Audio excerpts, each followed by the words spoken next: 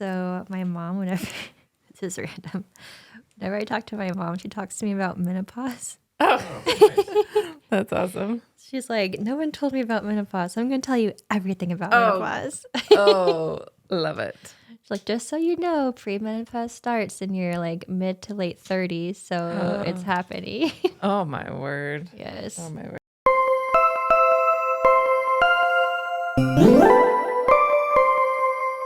Hi, I'm Jamie Braithwaite. I'm Krystal Palmer. And we are here today on the podcast to talk about Support groups Awesome. And diabetes and gym memberships and all the things. and doing hard things. Doing hard things, yes. So Krystal's my cousin that we've known forever because we're cousins, obviously. Yes. But we have become very close in the last few years because of your daughter. Yes. My daughter, Avon, she was 5, and we took her in for an ear infection after she was complaining of symptoms, and we had some other concerns, and she was diagnosed with type 1 diabetes. Which was a traumatic diagnosis. Yes, it was. So we had spent that Thanksgiving at my grandma's house, and we had cookies and hot chocolate, and it was so fun and made memories. And then we drove home, which at the time was like a 4-hour drive, and she just like had to go pee all the time, and she was thirsty and crying, and we had to stop like every 5 minutes. So those were her things, and yeah, that was the start. And you guys kind of were grumpy about it, right? Like, Yes, we and were. oh, the regret of like yelling at your kid because they Yeah. had to pee and they were Yes. thirsty, but then it comes out that they were like, Yes. type 1. Yes. So got diagnosed, and immediately after we like found babysitters for our other kids, and we had to go to the hospital up in Utah, the primary children. And I called Garth, who's your husband. Yes. And I was crying and said, like, we're going to the hospital for diabetes. What do we do? What do we expect? Kind of like, help. And he was very calm and very nice. And he said, this is what you can expect. And I should probably say we called him because you have a type 1. Yeah. Yeah. Yes. Gracie, my 18-year-old. Yes. And I think I called you first. And I know. And I was setting up for the Christmas church party and didn't answer my phone. So then you called Garth. yes. And then Garth pinged my phone. So like I had to get it. And then Garth is like, okay, somebody just called me. I don't have any idea who it was because they were crying and I didn't recognize the phone number, but you got to figure out who it is. And I looked at my phone and it was you that had called me. Yes. Put 2 and 2 together. Gracie and I got in the car and drove down to Salt Lake in our Christmas pajamas. Yes. Left the Christmas party. And then we were there. Yes. So then how did that feel? How did having Yes. like Well, it was like the weird time of like post-pandemic. So they weren't letting a ton of people come visit. So my husband and I were very isolated. We didn't really know anything about it. We were like, I don't know. It's just like a different experience in the hospital during that time. And anyone who's been through that knows, like, it's hard. You're very isolated, and you don't know. You can't have anyone come visit you, and then you guys showed up, and I think you might have said like, we're gonna try to come, yeah. And then like you found your way to our room somehow magically. we did get past the security guard. I mean, I didn't like storm through the back or anything. I didn't do anything illegal. Yes. But I did say that we were in the same household. Yes. And then you were there, and you like brought like little stuffed animals for Avon, and Gracie like braided her hair and like showed her pump, and you were like telling us all these things. And we had this, I remember we had this binder that we had to get through, and you were like, don't read any of that. Like, that's the hospital life, but we need to teach you like real life, like how you cope with this outside of the hospital. Yeah. Yeah. Because they tell you all the like terribly, terribly scary things. Right. Yeah. Yep. I did tell you to skip that. I even remember like flipping through the pages. I'm like, nope, nope, nope, nope, Yes. nope. Yes. Yeah, So, that's funny. Which takes me back to when we were diagnosed, which like we knew nothing. It's hard times. New diagnoses are always hard. mm-hmm. So let's talk a little bit about community. You were my community at that point in my life. And just having somebody there who knew or had gone through that before and was willing to hold our hands or like pull us along or push us along in some cases. Because it's hard to do things by yourself. It Yeah. is, it doesn't matter like if you're outgoing or if you're introverted, like hard things by yourself are hard things, you know? And like me, I'm pretty introverted and you're extroverted. Yes. So you could like be there for me and it worked out because it's just everything is harder when you're by yourself and having that community that you can rely on and trust like makes a world of difference. Yeah. So let's talk about type 1 community a little bit. What? Because you came to some of our stuff that we did before you were even diagnosed, Yes. right? Like yes. we did bowling for blood sugar. Yes. And we did. yeah. Yeah. So you had this little community in Idaho and you like gathered your little group of other moms and kids who had type 1 diabetes and you did activities monthly, however often you did them. Mm-hmm. And one of them was bowling and you had to bowl for like the 100 number. Yep. And you got a trophy. And I remember the first one that we went to as Avon was diagnosed because we were like visiting for Christmas or something. Oh, yeah.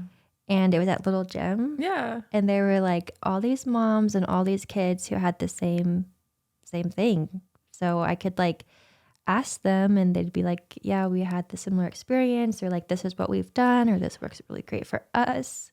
So yeah, it's amazing to have some like a group that you understand and they understand you and can support and help each other. So as people are listening, what would you say to them to encourage them to find a group? Right. So first, find that niche person or need that you have. So like for me, it was diabetes and we just needed extra help. We were like totally overwhelmed. Didn't know what to do. What was happening? Like simple things like going to McDonald's and counting carbs for an ice cream cone was like overwhelming, completely overwhelming for me. So just like finding somebody or a group that helps you just like do your things that you normally do or like, you know what I mean? Yeah. Resume life. Yes, exactly. So, and since then, you have moved here to Idaho and have found other groups, right? Like you have found a community here in Idaho and your kids have also found communities. So how do we help kids? Because you have introverted and extroverted kids. Yes. So how do you help them? Yeah, so I find something they're interested in. So my type 1 diabetes child, she is interested in dance and gymnastics and moving her body and unicorns and sparkles and pink and everything. So got her in a little club where she dances at Little Gym and she loves it. It's like the best thing ever. Yeah. And my other one, she has multiple interests and we found kind of groups that she was interested in and she's so great at like reaching out to other people because she would like come home with her friends' numbers of her parents and like, here's Ruby's number or whatever and call her parent and let's do a play date. That's awesome. Yeah. That's awesome. And you come to Taco Tuesday. Yes, we try to get involved in all the things. So one of them is Taco Tuesday, and there's always the neighbors that come and the community around and meet other people. That's actually how we got our dog, Oh, yeah. Stella. One of the neighbors had a litter of puppies and brought one to Taco Tuesday, and we kind of fell in love with the little puppy. That's right. I'd forgotten about that. Yeah. That's fun. So let's talk a little bit about how working has helped you as you have coped with things? Yes. So having a new diagnosis, especially like diabetes, it's just all consuming. So there's always the blood glucose. Like, is she high? Is she low? What did she eat? Did she eat something and didn't tell me about it? Or did she try to do her own numbers? And then she went to school, and that was like a whole nother like level of anxiety and managing diabetes for like my 5-year-old. Yeah. It's just crazy. And it's a lot to think about all the time.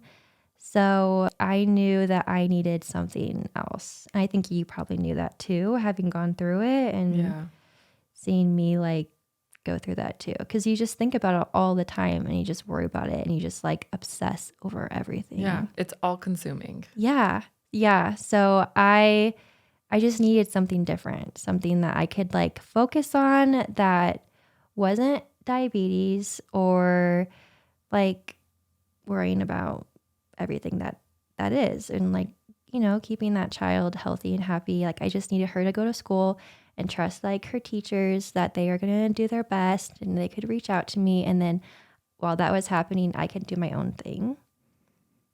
And so I got a job. And that was a big step because it was like the first time I had done something for myself for like since I had like gotten pregnant for the first time and like finished college, and I just did mom things, which was great, and it was a season. And but yeah, it was a big step to like, she's in school, I got a job, and I went into the office for a little bit and I sat next to adults and I had a project, and it was really good to like focus on something else.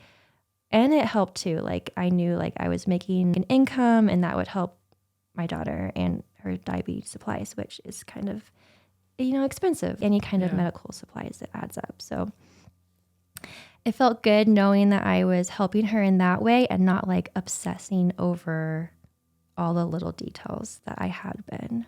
That's awesome. Thank you so much for coming, Krystal. We're going to have you on again. And actually, I want to keep talking to you a little bit more about some more stuff. Are you okay with that? Yes. Okay. Let's talk about gym memberships. Yes. Let's talk about it. So last year I had the best intentions of working out, and like we had just moved here. I wanted to like meet people, and I thought the gym was the perfect place to do that. Yeah, which it totally can be. Yes, it totally can be. What ended up happening though is I didn't go all the time, and then I felt guilty about it, and like it just wasn't a good fit for me to go to the gym as much as I had intended to go. Yes. And I wanted to cancel my gym membership probably for a year. Yes, it was like probably a year, but I kept saying like, I'm going to go. And like, it just never really happened. So then what did we do? So I called my support system up, Miss Jamie Braithwaite, and I said, I need to cancel my gym membership. I just need help. I don't know what it is. There's some kind of mental block where I just like, it was so hard to drive myself over to the gym and talk to somebody, because I had tried like calling and they said, you have to come in and talk to us. And that was just like the biggest wall. Like, I could not, like, after I called them and they said, you have to come in, it was probably like 6 months later when I reached out and said, Jamie, I just need you to come with me to the gym and cancel my membership. And we did. I timed it. Did you really? I mean, sort of. Yes. It took less than 2 minutes. Yes. It was so easy. Like, I cannot believe I waited that long. We just walked in there. I didn't even say anything. You just stood by me. Yeah. And I think I looked over at you at one time. You did. And I was like, you're doing great. Thumbs up. And canceled it. Yeah. So. And they were like, you have to come over to this other computer. Yes. So we moved from like front desk to other computer. Yes. And then they said, give us a reason why. That's when you looked at me. That's when I looked at Jamie and I don't know what I even said. I think I Yep. blacked out. You did not black out. But we just gave it a reason and it was fine and we canceled and then we walked out. Yeah. So I know you've done lots of research about like how there's mental blocks and sometimes you can't get Yes. over it. And Yes. A lot of research about anxiety, depression, oppositional defiant, ADHD, yes. all of those things that we talk with Matt Larson a lot about. Mm-hmm. And sometimes you just need somebody to help you. And Yes. that's okay. Yeah. And it's really been interesting to see that. And kind of like the safety net, there's a safety net aspect of life. And you talk about even going into kindergarten. Mm-hmm. And this is something that my mom helped me with a lot because I'm really good at solving problems. Mm-hmm. And she, like the problem that we needed to solve with Gracie going into school after she was diagnosed is that Gracie needs to be independent with it. Right. And so from the time that she was 9 to the time that now she's 18, we've worked with not doing diabetes perfect, Mm-hmm. but doing diabetes independently. Got it. And it's a different way to come at things. And I think Garth has a really good perspective of that, of like, what is the end goal of whatever this conversation is or whatever the lesson is that you're learning? Because you could swoop in and solve it, but like, that's not what needs to be done. Like we need to help Avon or help Gracie or help Krystal yes. to come in and like do the thing on your own and to be able to do it. And having a support group helps with that. And relying on the support group to be there to help you. Mm-hmm. I think that's a skill that you have to learn because I love being independent. Like I loved being able to do things on my own. Yeah. And it's not always possible. Right. Yeah. I have a funny thing I was going to read to you. So this is what diabetes feels like. Diabetics calculate an insulin dose. Mm-hmm. If you have 4 pencils and I have 7 apples, how many pancakes will fit on the roof? Purple, because aliens don't wear hats. Yes. I think humor is a good thing to bring in to diabetes and to a lot of the things that we have. Mm-hmm. Like being able to look back and laugh at it and move on.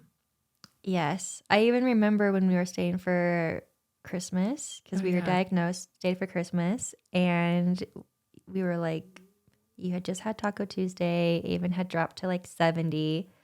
I was stressed out, crying, and then everyone left, and I remember you like text me, you're like, do you want to come watch this like comedy downstairs with us?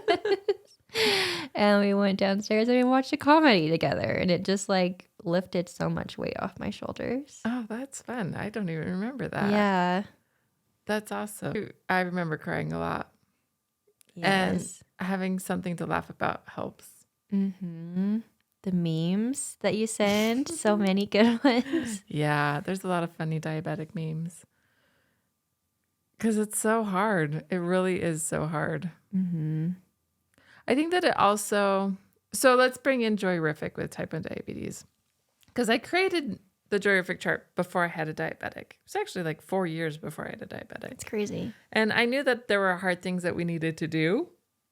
And then once we had a diabetic, I was like, oh my gosh. What I thought was hard was not actually hard. Like yes. we weren't at the hard part yet. We were just, I don't know. And that's kind of how, and they say like love, when you like get another child, you get more love. Yes. That's kind of how it is with like hardship. Like, you don't think it can get any worse? Yes. Oh, it can get worse. Yes. So I think diabetes has given us a lot of perspective of letting things go and knowing when to come in and address things that need addressing. Mm-hmm. I don't know. Does that make sense? Yes, definitely. The roller coaster of insulin dosing, like this, the amount of work that needs to go in, which not everybody's going to relate to this at all because unless you have medical issues, right? Like the amount of dosing that needs to take place. So she eats, you dose, then she has to live, and then she's breathing, and then she's running, or then she's sleeping. Like, what is it that's happening?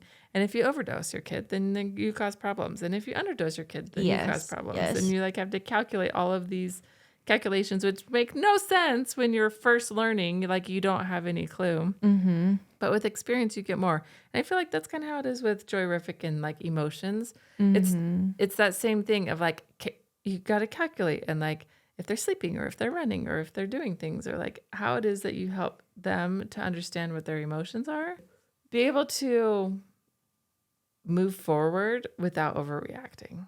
Yes, definitely. I think I'm a big overreactor. That's okay. You have the chart. And I think that's like super helpful for diabetes as well because, when you're high or you're low, like there's lots of emotions that happen that like you can't always control, Yeah. And if we look at that chart and we say, how are you feeling right now? And then they can point to like the grumpy face and then we can say, well, why are you feeling that way? And like in the back of my head, I know like you're really, really high. And so that's definitely a factor into this, Yeah. right? Well, and like you just said, helping them to identify, like I know the answer to this question, Mm-hmm. but helping them to self-identify what that is. Right. And then Grace, like now that Gracie's done it for 10 years, she's able to not be mad at me for always saying, you're grumpy because you're high. Right. Like I tried to never say that, which was so hard because it's so easy to see. Yes, it's obvious for you looking in on her situation. Yes. Yes, but it's harder for them to see. Say that again. Like that's totally Yeah. exactly. Yes, it's easy for you to look in and like see everything that's happening in their lives and know what's going on and like say, this is why you're feeling this way, but it's harder for them to see that. Yeah. And so often there's times where like as an adult, I have no idea why I'm feeling this way. I just know that I'm really grumpy. Right. And like over the holidays, right? I was just kind of really irritated and grumpy. And we would go through the things like, how's your physical body? Yes. Have you gotten enough sleep? Yes. Have you eaten today? Right? Like it's noon and you haven't eaten breakfast or lunch. Yes. And do you need attention? Or are your expectations that the house are going to be magically clean and between the hours of 8 and 3, it's going to be very quiet? Well, no kids are at school. There's no quiet between 8 and 3. No. So even me, you said it so great because like outside observers can see so easily. But when I'm in it, I can't see it as easily. Right. And I can't identify. And so having that support group around me to help say, look, maybe it's this. Yes. I think that that's a really important thing. And connection. I think connection can, because you can be very, very lonely surrounded by little kids. Oh, yeah, 100%. Definitely. It's very isolating because you love your kids and they're fantastic, but they're also like children and they have a lot of needs. Yes. And you're the only one that can help them sometimes when you're the only one there. Yes. Yes. Now you and your husband work remote. We do. Let's talk about that. Yes. So I work remotely full time and Spencer works remotely full time as well. He's been working remotely full time a little bit. Actually, it was when we moved here. So 2 years ago. So the kids go to school and we have a little one at home. And that's kind of fun sometimes. But he goes to preschool and little gym. And we do have a box of Legos by my desk. And sometimes in the meetings, we hear little pew pews. That's cute. Yeah. That's cute. So what is something that you've had to balance working remote and having a type 1 and all the emotions and all the diagnoses and all of the things? Like, what have you had to balance and how have you found that balance? Yes. So there's a lot of things to balance with that. Like you said, there's all her numbers, everything's beeping, changing sites. There's a lot of times when like something gets pulled off of her at school and we have to go in, or her Dexcom died and we have to go put a new one on. And then there's 2-hour window and we don't have any kind of numbers. Or like we didn't tell our teacher how many carbs there are. And like I'm in a meeting at work. And so like I'll have to text Spencer and say, hey, are you available? Or like I'll have to say like I need to like step away for 20 minutes. So that's definitely a big thing that We have to balance it's just things that come up unexpectedly that have to be addressed immediately. Ooh, that was really good. Yeah. Yeah. So it is because like you could do everything right. You could like put in the exact carbs. You could make sure everything's charged, and then something unexpected happens that you need to go in for.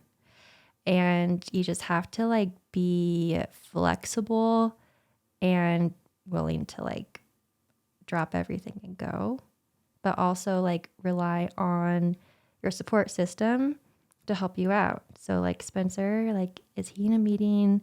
Can he go? What's his day look like? Where am I at? And then figure it out. That's a lot of communication. It is, especially when you're in a meeting and you don't want to like be texting on Zoom, but you're like trying to do it under the table, you know? Yeah. Yes. Yeah. Well, and like also trying to not overreact. Mm-hmm. Because with this diagnosis, it's easy to overreact. Mm-hmm. But also, there can be terrible things that happen. Right. And so, like, the overreaction is justified, Mm-hmm.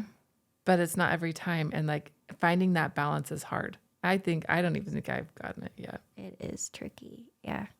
We're definitely learning every day. Every day I feel like we learn something new or Yeah. something new comes up. We're like, And and it's hard. teaching her to do it herself is hard too. But it's good because she can like poke her finger now by herself and like put it in the reader and like squeeze her finger, get the blood out, and tell me her number, which took a long time to get to that point.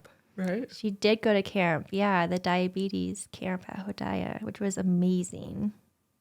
And she did it for a week. And they went and they were with other little kids and had group leaders. Gracie was the group leader. And we had the grandmas go up with them and stay in a hotel and eat the buffet breakfast. Yeah. Yeah. I feel like our moms talked then. Mm-hmm. And it was impactful. Our moms are very different. Mm-hmm. They are different. It's been interesting to see. Like, my mom did not get a type 1 diabetic. Right. Your mom is going to be moving here soon. Yes, I know. I'm so excited. She just bought a house around the corner in July, and she's moving here in a year and a half. That's awesome. So, And your dad's retiring. yep. So we'll have even more people joining the community. Every year I've come up with a word. So in 2012 was kind of the first time that I kind of really documented this. My word was systems, Ooh. which was very much where I was. I had 4 little kids. I was working through a lot of things and building a lot of systems. 2013, it was fulfillment, like trying to find fulfillment. I think it was very much in a time where I wasn't working. I had a lot of little babies and I needed to find fulfillment in ways. So I really focused that year on being fulfilled. 2014 was change, which gave me a lot of change because that was the year that we were diagnosed. Oh, interesting. I know. 2015, my word was focus, which now looking back, like maybe it should be unfocused. Yes. Because I really did focus in. And like that's when we were learning about diabetes. We were learning about celiac. There was a lot of things so my word was focus. 2016, my word was learn. So I was kind of on this like learning journey. 2017 was community. Nice. 2018 was pause. And I think that I got in over my head and I needed to like pull it back. And 2018 was pause, which I also was pregnant with my 7th kid. And that was a hard pregnancy. Right. 2019, my word was grit. Ooh. Have you read the book Grit? No. Oh, it's really good, but it's about enduring. So like the definition of grit is like enduring and doing really hard things. But I also think of like a grit of sand in your eye.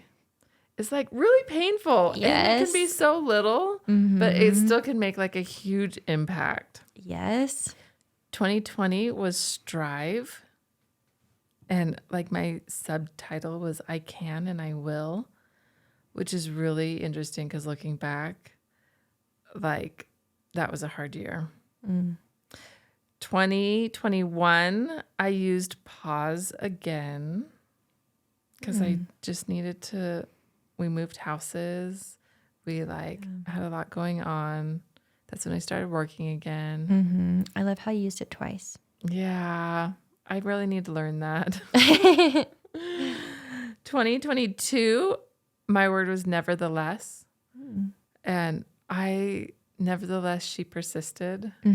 I love that because we'd gone through a lot of hard things. We went through COVID. I went through my mom's cancer. We went through diabetes, like my pregnancy and having my baby. Like there was just a lot of things.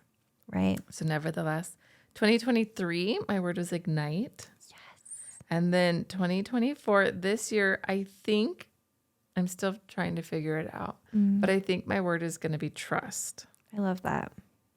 Kind of like trust what I'm doing is the right path that I'm on and continue to move forward. So trust like who I am and what I'm doing, trust the community that I've built, trust the advice that I've been given. And I love the two words of trust and verify. Our Carl, our doctor and uncle, has told very early on when he was giving us advice about being independent with Gracie was trust and verify. So trust that she can do it and then verify that it was done correctly. Right. And so, especially with oppositional defiant, they want to tell you exactly what it is that you want to hear. Or they don't want to do it at all. And so allowing that trust and then also the like underlying verify that it's been done. Yeah. And like trust and verify with myself, which is like giving me accountability. So that is my word. Do you have a word yet for your year? Don't have a word. I need a word. Think about a word. And I love looking up in the dictionary and like defining the word. Because I was going to do my word as stretch. Yes. Because I would love to like stretch, like actually physically, like do yoga or something. Yes. And then like stretch as a human being. And like, but then I looked up the definition and I was like, I don't want to do that word. That word seems dumb. So find a word that resonates with you that you can remember throughout the year. Yes. And then at like that exercise of looking back over the last decade of words that I have and That was cool. how it's I don't know. It's a new chapter. 2024 is a new chapter. It is. Yes, it is. So everybody find a word. Yeah. Okay, we're going to have you back on and you're going to tell us your word. Okay, perfect. Thank you so much for joining us, Krystal. Thanks for having me.